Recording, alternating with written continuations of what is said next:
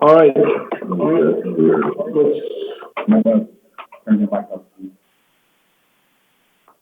It's off. Yeah. All right. Good morning, everyone. This is Mayor Scott Fadness. We have our entire board here this morning, virtually, some at location. We also have Dr. Lane, our Chief Medical Director, on the call as well. And we appreciate all those who have joined the Board of Health meeting this morning. On our agenda, I'm going to pull this up here real quickly. We have a number of items. First and foremost is, in general, an update on all aspects of the department's development. So I know COVID is a hot topic for everyone in dealing with that pandemic, but along with that, we have to implement all facets of a public health department per state statute. And Chief Davison is here with an update on those aspects of the health department and how we move forward. We've made a lot of progress in the last week. We still have a lot of work to go. But Chief Davison, do you want to just give us a rundown of an update really on where we stand with all the different facets of the health department?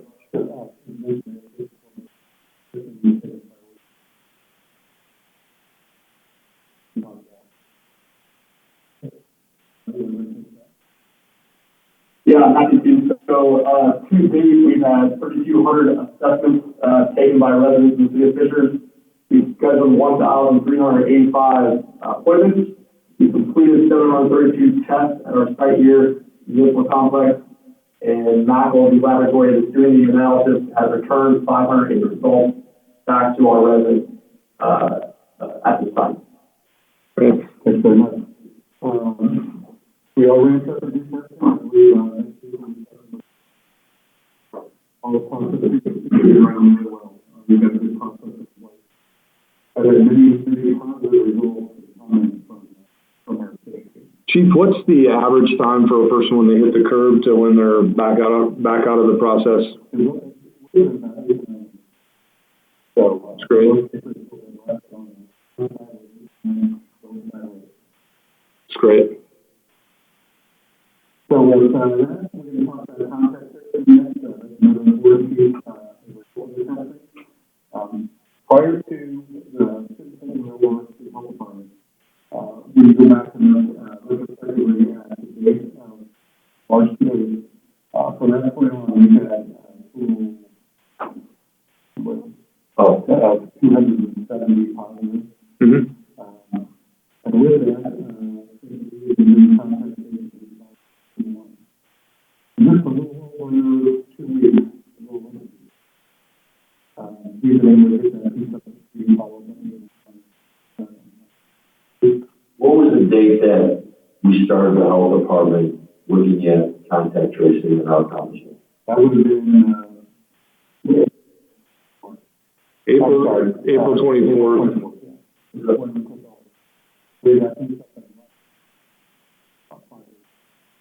So we've actually contact traced all the COVID positive patients from the 24th on. Right. And are we keeping up with the daily? Right. They come in daily now. They're trying to do both. And then we also have endorsement. We have a sort of two additional working with them. So I think we're able to catch up. Yeah, I think the good news on contact tracing for COVID-19, and I want to bifurcate that because there's other contact tracing for other communicable diseases. But for the board's purposes, my understanding is we've cleared the backlog and we're able same day. So when we get contacted for a patient that has COVID-19, our expectation at this point, unless we have a significant outbreak, is that we would be making contact and doing contact tracing same day. So we're very excited about that aspect of it.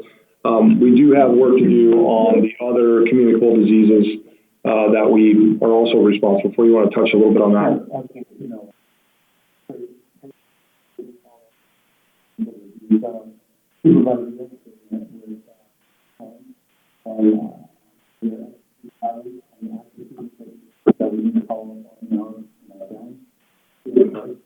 along with that, they are tracking all the other communicable diseases that we follow. That's the process in place. One of them will report next meeting on what we can do. Responsible for. So from a contact tracing, just high level, COVID, we've got a firm handle on. We're now building out the other communicable diseases so that we can manage those and be on top of that. And Dr. Lane's been immensely helpful in us trying to access different resources and get into the databases and all the things that we need to do to be able to accomplish that. Yeah, I think we got a issue with some of the definitely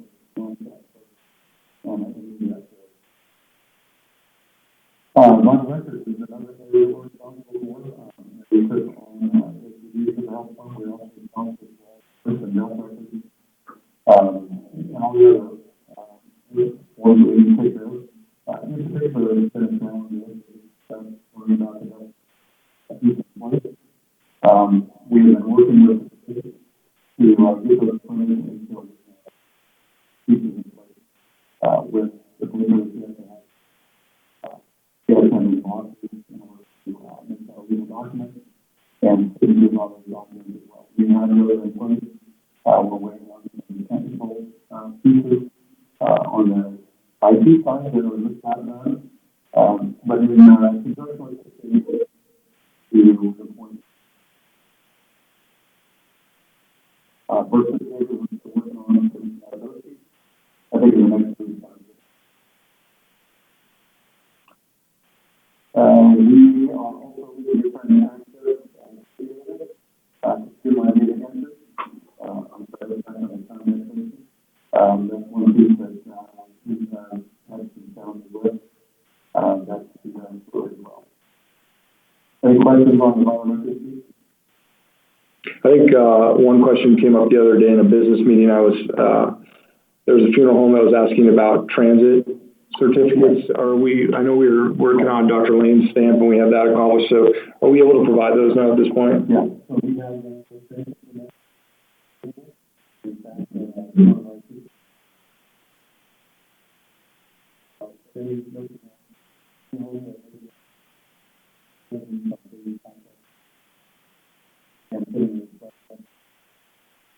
Great.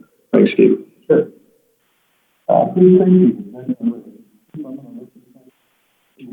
Yeah, a professional service contract with a subject matter expert to build our food safety and pool and spa safety program. They are also on contract to do any existing inspections that are required. We've got assigned responsibilities, established a timeline and a budget. So we're building that off the next 4 weeks, but we're cut off as we speak. We're very excited about this resource, and this was actually on the agenda. This individual, she was an instructor at Ivy Tech Culinary School, also was a certified Safe Serve instructor and proctor for the test. So we're excited for her to come in and really build this from the ground up. And she's also going to, I believe we have all of our inspectors scheduled to be trained and certified, not this upcoming week, but the week after. We should have everyone trained and certified for inspections. And we're also building out, as we speak, all the processes. So we're very excited about automating everything so that for the restaurants going forward, it's as simple as going online, filling it out, and getting your permit in a expeditious fashion. And then long term, what we're excited about is really enhancing public education programs around food safety. And she's also hosted a number of those types of classes and can build out the curriculum. So we kicked that off yesterday, and we're really excited about the opportunity to build something unique there.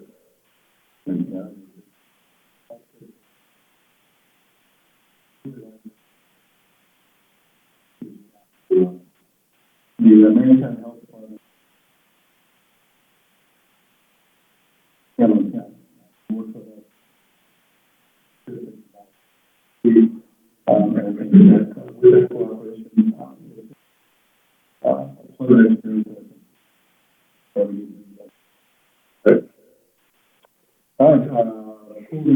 first one. We are contracting out services with the local. That's correct. There's an architectural engineering firm that has a wastewater division that we've signed an agreement with.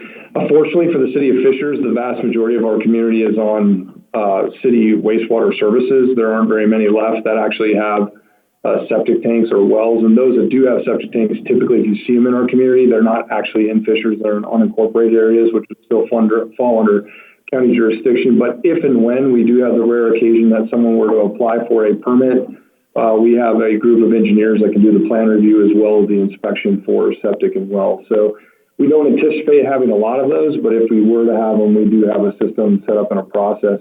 I do want to go back to the pools because that's top of mind for a lot of people. We have about 95 pools, we believe, in the city of Fishers that are under Indiana code deemed either public or semi-public. So a semi-public pool would be considered an HOA pool. And the governor's executive order does not allow public pools to be open until May 24th. Is that correct, Chris? But annually, they need to be inspected at some point per whatever policy or guidelines our health department decides to do. So right now, what we're doing is we're swapping out their county permit, just like we do with the restaurants, to get a local Fishers permit, and then we will be conducting those inspections throughout the year. We've identified the personnel that will be doing those inspections. They are currently working with us to get the process in place, and we look forward to having all of that up and running here very shortly. Great.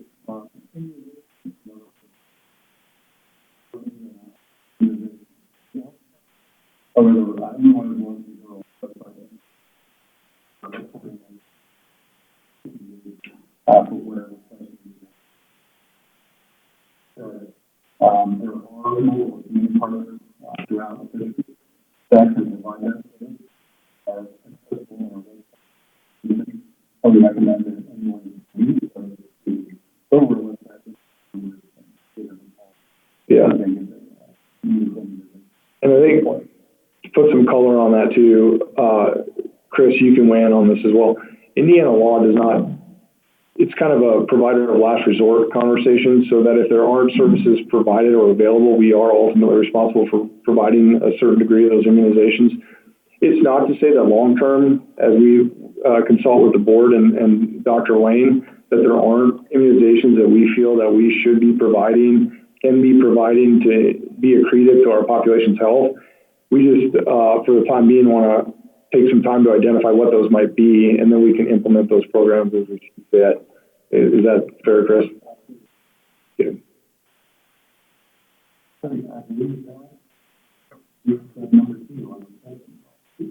So before we get to that, just for the board's perspective, are there any questions kind of on the status of operations of the actual health department at the moment, in terms of any of the key principles and what we're responsible for?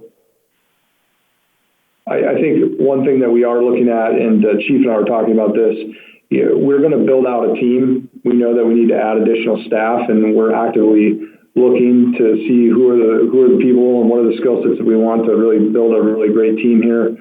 And so we're going to be continually, each time we meet, there's going to be a new set of characters and a new team to bring this forward. We look forward to working with Dr. Lane and medical direction to identify what those gaps are so that we can really put a knockout team on the field. With that, let's turn it over to Steve to talk about testing policies. At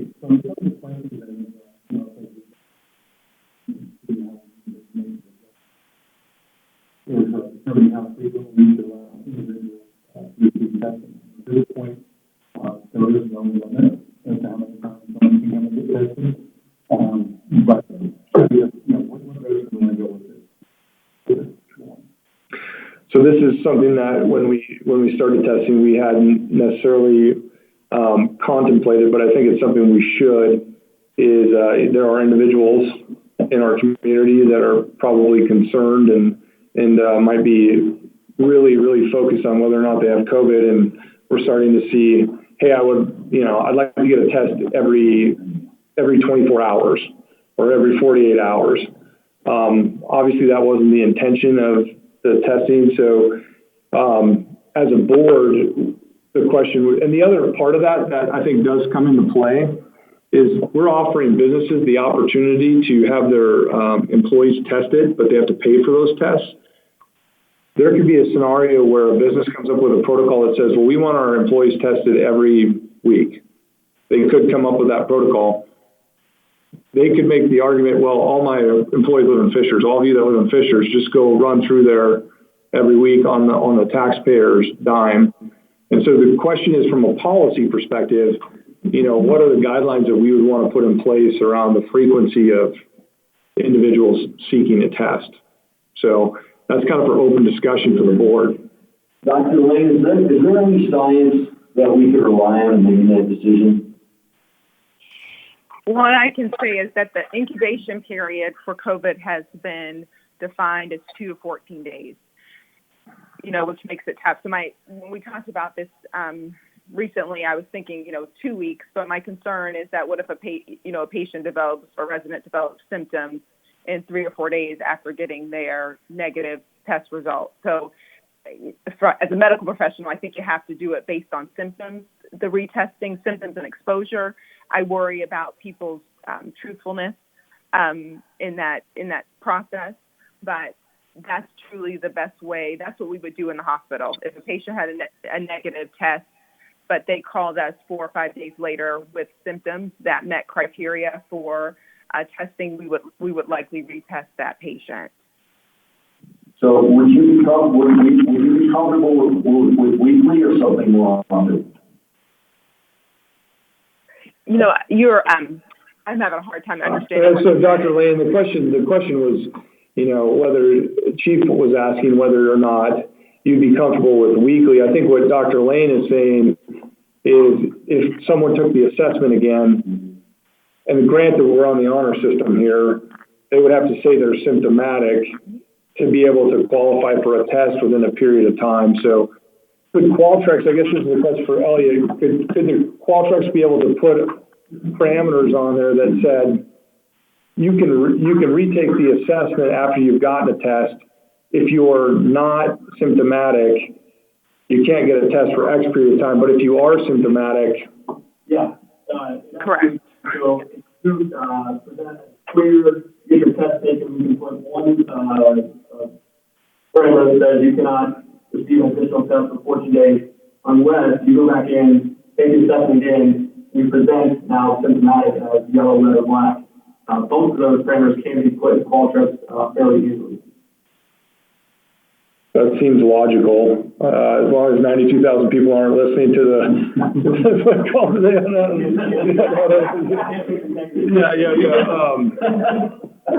But I think to some degree, right, we have capacity, we have the resources for the few people that would take advantage of it. The opportunity to identify someone and get them the treatment they need or have them change their behavior so they don't spread to others outweighs the individual who might be quote unquote gaming the system, I think, from my perspective. I don't know if the rest of you feel the same way or not. You have any data yet? You have any different problems?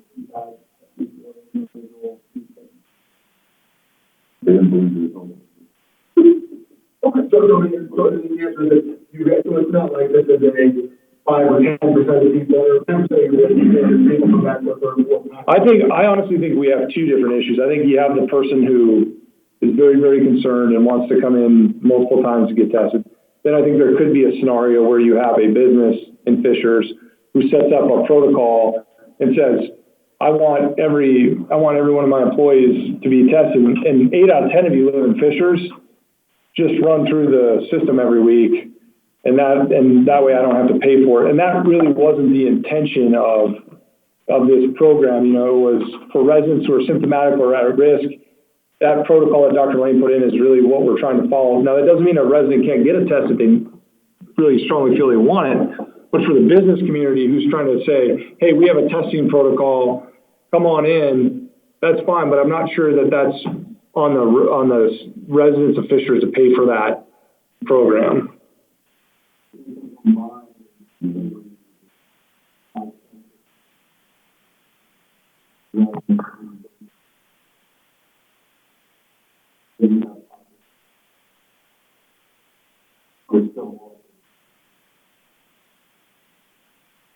Right.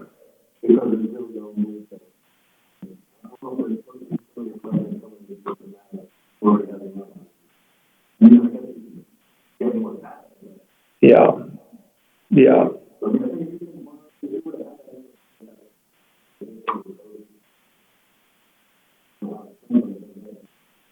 Yeah. Yeah, the business testing is really just a snapshot in time, and it really is more of a symbolic gesture to say, hey, look, we might catch somebody every Thursday who has COVID-19. I agree that is really more the case.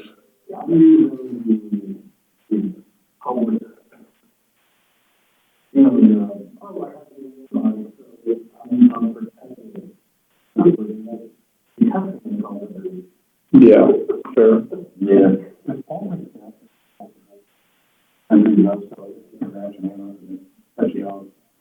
There's multiple. Yep.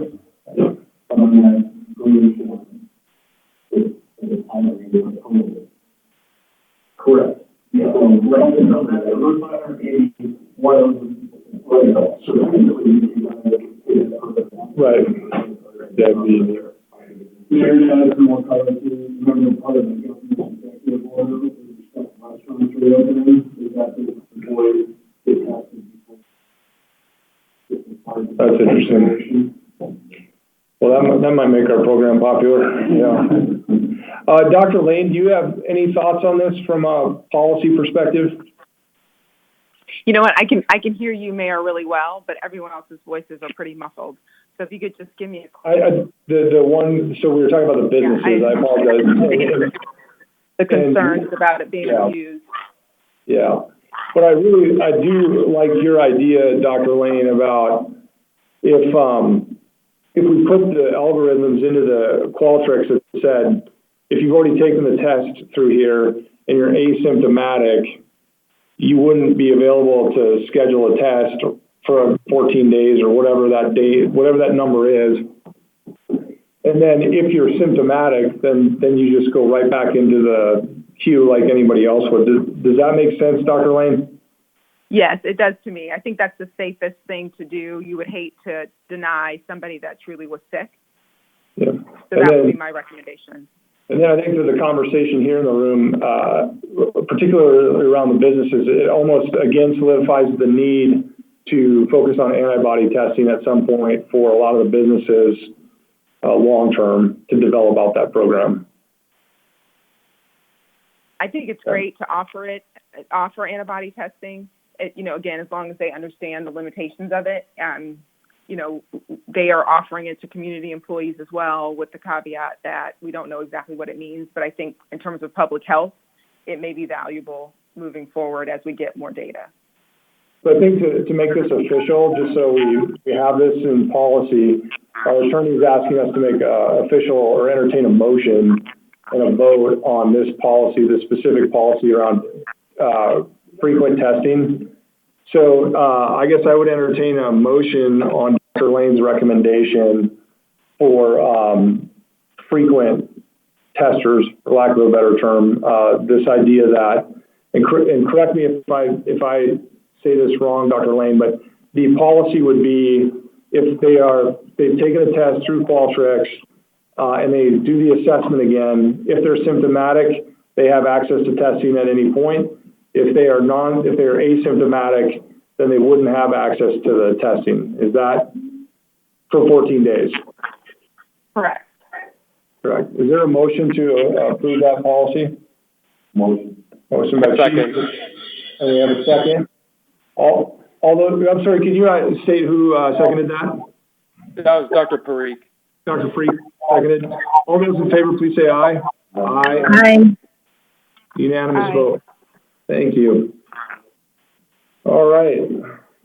Next on the agenda, Chris. Yeah.